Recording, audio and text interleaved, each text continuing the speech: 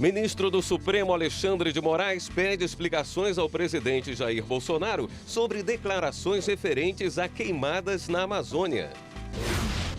Conselho Nacional de Justiça e Secretaria Nacional do Consumidor lançam ferramenta para facilitar a solução de conflitos. O projeto vai unir a plataforma consumidor.gov.br ao processo judicial eletrônico.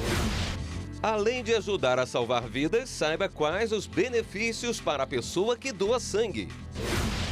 E ainda, veja como foi a palestra do professor alemão Robert Alexy, considerado um dos mais influentes filósofos do direito contemporâneo.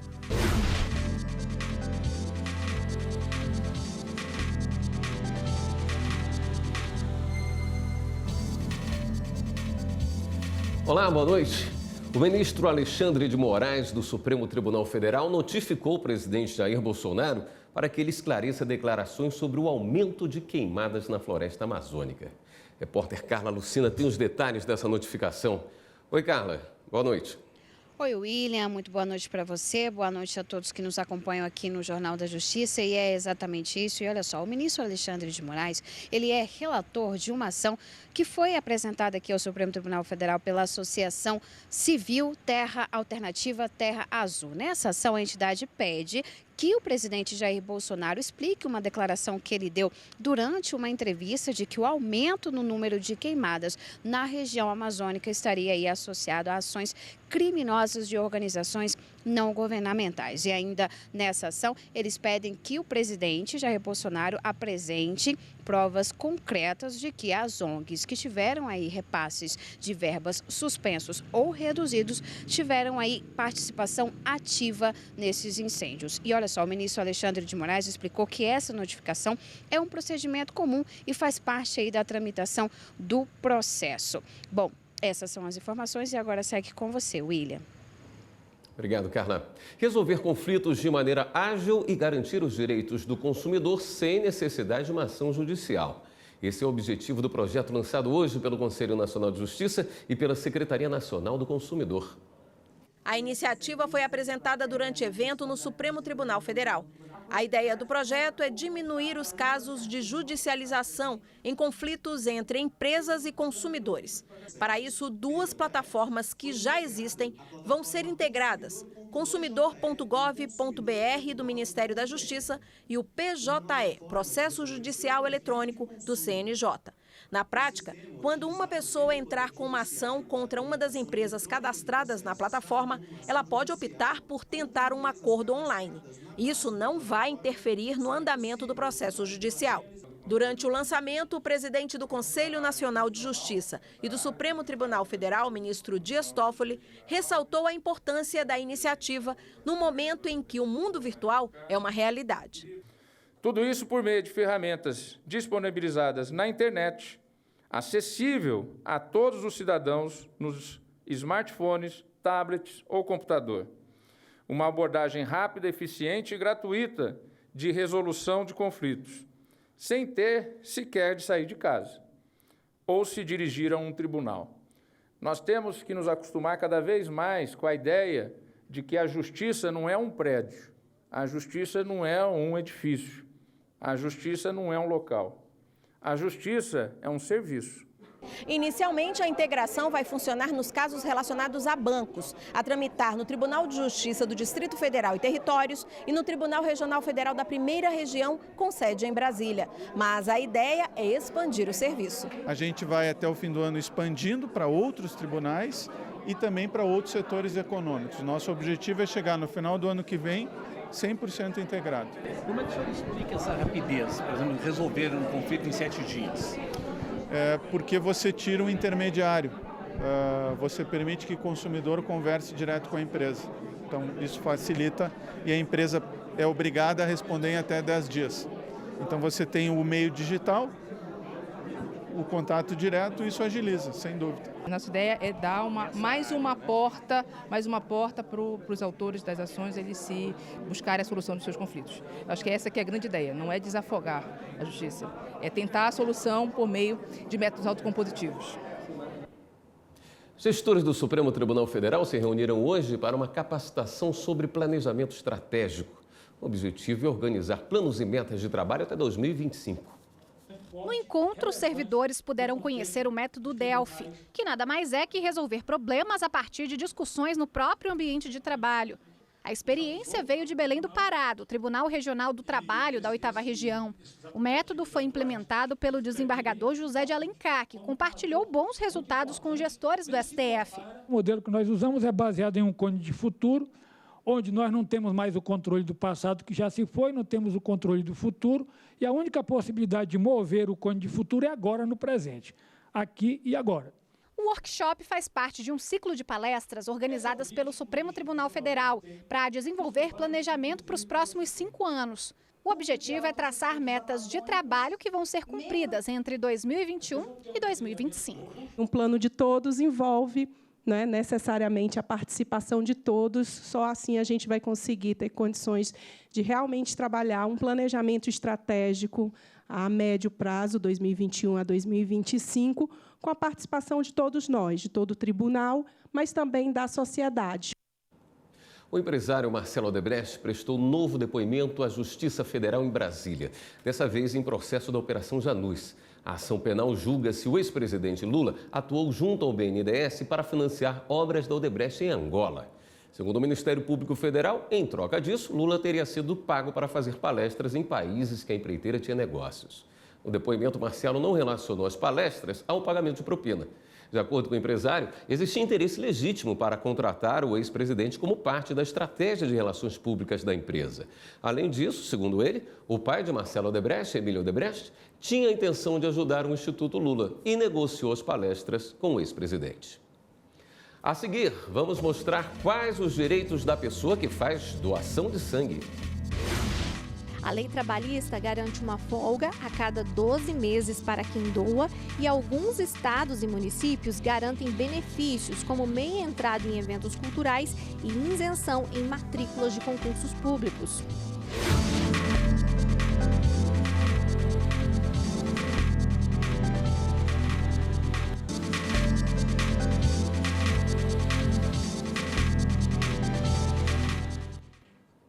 O registro de um prédio com o nome Recreio Natura não viola o direito de propriedade da Natura Cosméticos. O entendimento do Superior Tribunal de Justiça. A empresa de cosméticos entrou na Justiça alegando violação de direito de propriedade industrial e pediu que fosse impedido que um prédio utilizasse o nome Recreio Natura. O Tribunal de Justiça de São Paulo considerou que registrar o nome de um edifício é um ato civil e não comercial e, por isso, não caracterizaria depreciação ou prejuízo da marca. Mas a Natura Cosméticos recorreu ao STJ afirmando que tem proteção especial em todos os ramos de atividade. Os ministros da terceira turma negaram o pedido. O voto vencedor no colegiado foi do ministro Moura Ribeiro, que explicou que a proteção conferida pela Lei de Propriedade Industrial não abrange o nome de edifícios e outros empreendimentos imobiliários. O ministro ressaltou que os nomes atribuídos a prédios não qualificam produtos ou serviços, mas apenas dão uma denominação ao local para individualizar o bem, o que é diferente do nome empresarial, que deve se distinguir de qualquer outro nome comercial já registrado. Segunda-feira de Carnaval é feriado ou não? O Superior Tribunal de Justiça definiu como ficam os casos de feriados locais. O colegiado afastou a tese de que não seria necessária a demonstração da suspensão do expediente em tribunais locais. O julgamento acaba com a dúvida que havia entre as partes e os advogados em casos de feriados não previstos em lei federal. A questão foi levantada em relação à segunda-feira de Carnaval, que é dia de folga em algumas cidades e em outras não. Mas vale para todos os feriados municipais ou estaduais. Se as partes ou os advogados deixarem de comprovar no ato da apresentação do recurso que em determinada data não houve expediente forense, fica estabelecido que o prazo correu sem suspensão. No entanto, o relator, ministro Luiz Felipe Salomão, sugeriu que a comprovação do feriado local seja exigida somente a partir de agora. A Corte Especial seguiu a sugestão por maioria de votos. Assim, fica definido que nos processos anteriores à publicação do acórdão ainda está resguardado o direito de comprovação do feriado após a apresentação do recurso, sem o risco de perda do prazo. Em outra decisão, o Superior Tribunal de Justiça mantém reintegração de posse de área ocupada por indígenas em Mato Grosso do Sul. Para a corte, o laudo antropológico não era necessário. No caso analisado, o proprietário da fazenda ajuizou a ação de reintegração de posse contra um cacique de uma tribo de índios do grupo Guarani Nandevá, que invadiu as terras dele.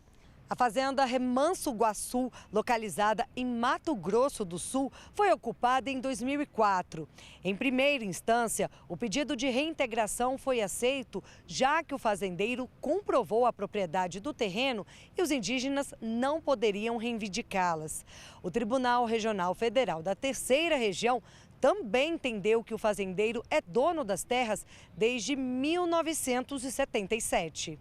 Mas o Ministério Público Federal, a União e a Fundação Nacional do Índio, FUNAI, recorreram ao STJ, alegando que era preciso produzir um laudo antropológico como pré-requisito para a ação de reintegração. O laudo antropológico verifica a existência de ocupação tradicional indígena sobre determinada área. Os ministros da segunda turma negaram o recurso. Para o relator, ministro Mauro Campbell Marques, a produção do laudo antropológico é descabida, pois abriria a possibilidade de legalizar a invasão. Na mesma decisão, os magistrados não reconheceram a responsabilidade da FUNAI pelos supostos danos causados pelos indígenas na propriedade rural, por entender que eles agiram por conta própria. Manter cheios os estoques de sangue nos hemocentros é um desafio em todo o país. Para incentivar a doação, alguns estados e municípios garantem benefícios ao doador. E a consolidação das leis do trabalho prevê folga de um dia para quem decide ajudar o próximo. Além de ajudar quem precisa, Marcos quer ser beneficiado com a isenção em matrículas de concursos públicos. Para isso, veio doar sangue pela primeira vez. Não dói não, só uma picadinha no começo, mas tá de boa já. É isso mesmo, muita gente acha que dói para doar sangue, mas geralmente o doador sente só uma picadinha. Não doeu nada, o atendimento rápido, né? A gente ficou até pensando assim que talvez estivesse demorando e tal, porque todo mundo hoje em dia, né, o tempo está bem limitado. Mas foi super tranquilo. Outros mitos e verdades sobre doação de sangue são: quem doa uma vez tem que doar sempre? A resposta é não. A pessoa pode doar quando quiser, sem nenhuma obrigação. Outro mito é que tem gente que acha que doar pode engrossar ou afinar o sangue. E isso também é uma informação errada. O sangue não passa por nenhuma mudança.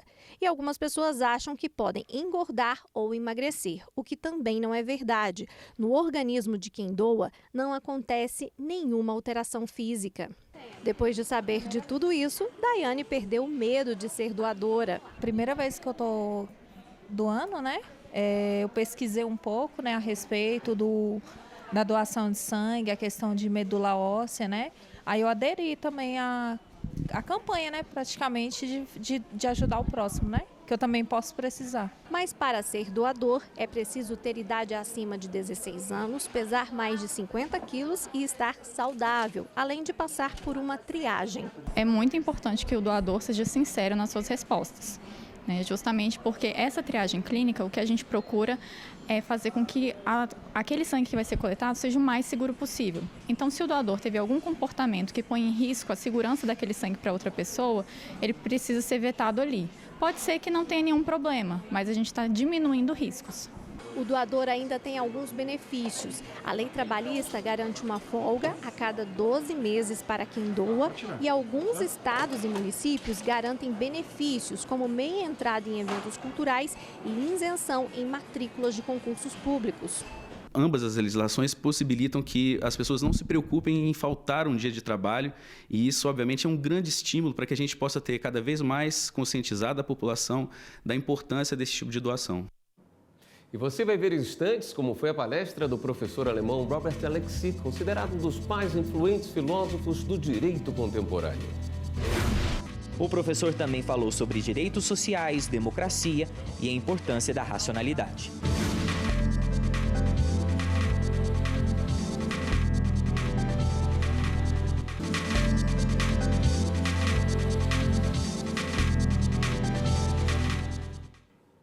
O Ministério Público Federal em Pernambuco entrou com uma ação na Justiça contra a Caixa Econômica Federal pela suspensão da exibição de uma peça teatral com temas como a ditadura militar. Baseada no livro dos Abraços, de Eduardo Galeno, a peça conta a história de personagens que vivem em um lugar de opressão, onde não é permitido falar ou abraçar. Em 2018, a Caixa Econômica patrocinou a apresentação depois de selecionar o roteiro em um edital público, mas as sessões foram canceladas poucos dias depois de entrar em cartaz.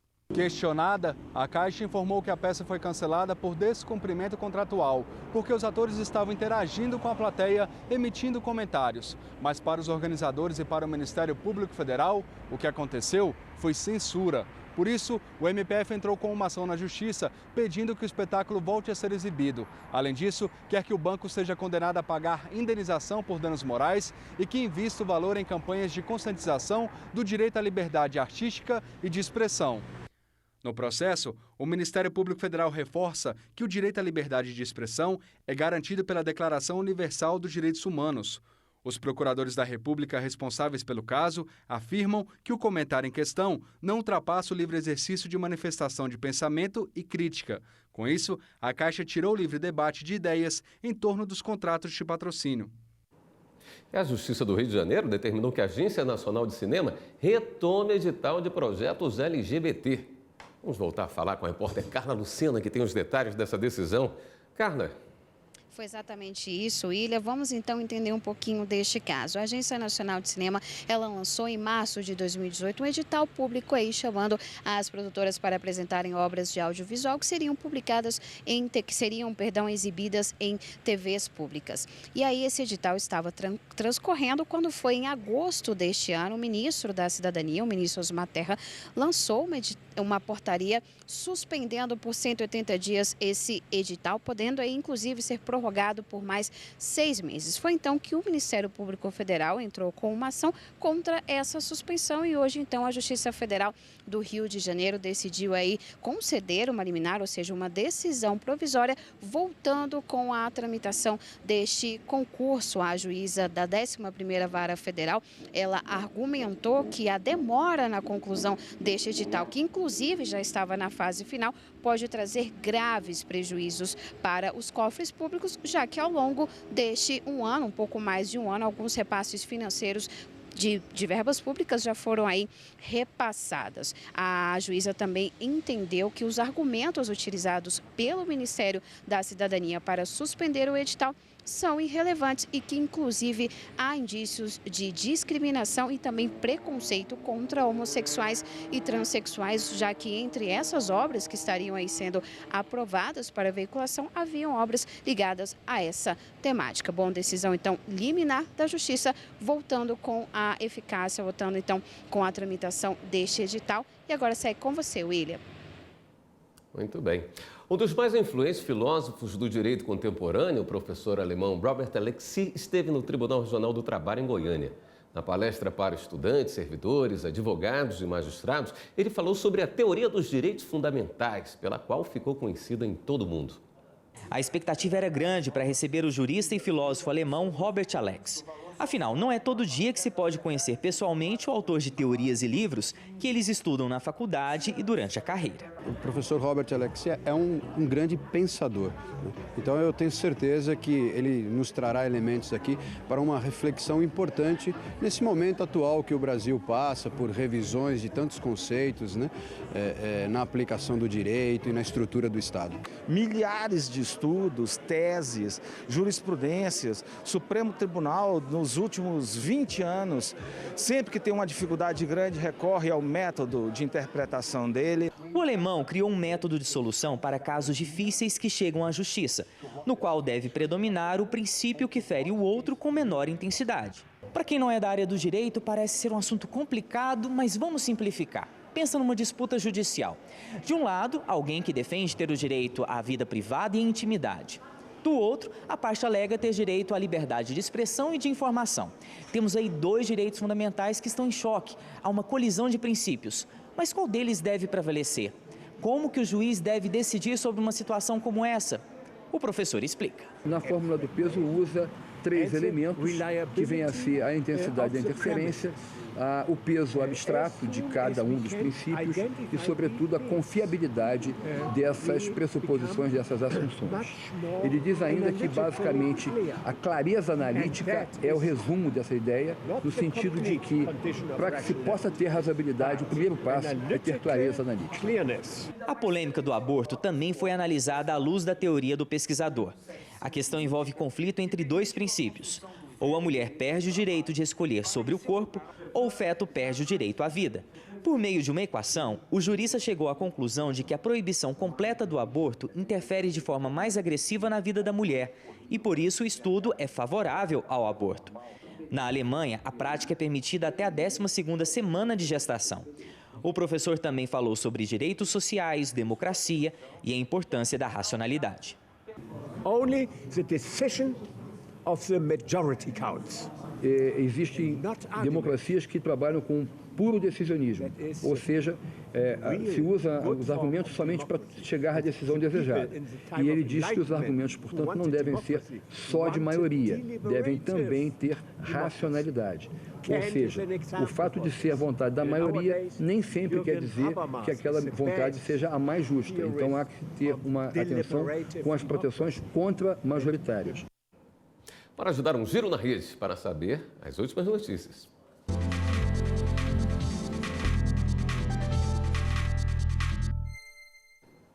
Vamos até a redação do Jornal da Justiça falar com a repórter Fernanda Porto, que tem as informações. Boa noite, Fernanda. Boa noite, William. Boa noite a todos que nos acompanham. A gente começa o giro de hoje falando da decisão da ministra do Supremo Tribunal Federal, Rosa Weber, que impacta na divisão de terra indígena no Paraná. Foi concedida liminar que suspende decisão da Justiça Federal que tinha anulado demarcação da terra indígena Toldo Boa Vista. Na análise da ministra Rosa Weber, a lei assegura que os indígenas devem ser incluídos como partes em processos que remetam à comunidade, o que não aconteceu nesse caso. Com a decisão liminar, a comunidade Caingangue deve ser incluída na ação anulatória, que foi ajuizada em 2012 por um fazendeiro. Ele busca a revisão da divisão da terra localizada no município de Laranjeiras do Sul. Agora a notícia é para motoristas que fazem transporte de pessoas ou bens sem autorização. A multa para quem for flagrado fazendo transporte irregular de crianças e adolescentes, como transporte escolar, ou de bens como frete, por exemplo, passou de grave para gravíssima, com 7 pontos na habilitação. Os novos valores de multas variam de pouco mais de R$ 290 até R$ 1.470. O giro fica por aqui. Você em casa pode rever a qualquer momento nossas reportagens. É só ir lá no nosso canal no YouTube, TV Justiça Oficial. William? Obrigado, Fernanda. E antes de encerrar, há pouco foi lançada a exposição Pinturas Nordestinas. As obras são de alunos de uma unidade de internação no Distrito Federal. A exposição Pinturas Nordestinas reúne 27 quadros que retratam a cultura do Nordeste brasileiro. As telas trazem a releitura de artistas renomados como Romero Brito e Ricardo Cavalheiros, um trabalho de professores e alunos da Escola da Unidade de Internação do Recanto das Emas, no Distrito Federal, que atende cerca de 200 jovens em conflito com a lei, em busca de uma nova oportunidade. É muito orgulho, assim, a gente vê o nosso trabalho sendo realmente reconhecido, que é o que mais a gente almejava também, porque nós somos muito carentes. Como eu disse, todas essas obras foram feitas com resto de materiais da nossa festa junina. Os alunos usaram mais do que tinta e pincel. Lançaram mão de materiais como papel, barbante, cabelo artificial e enfeites, para mostrar os costumes, as crenças e as riquezas nordestinas. O tribunal está abrindo suas portas para essas crianças, esses adolescentes, esses jovens que se encontram em situação de conflito com a lei. O tribunal como uma forma de ressocialização por meio da arte. A exposição Pinturas Nordestinas pode ser visitada até o dia 7 de novembro na Biblioteca do Supremo, das 11 da manhã às 7 da noite. O Jornal da Justiça termina aqui. Você acompanha agora o programa Arquivo Justiça. Uma boa noite. Até amanhã.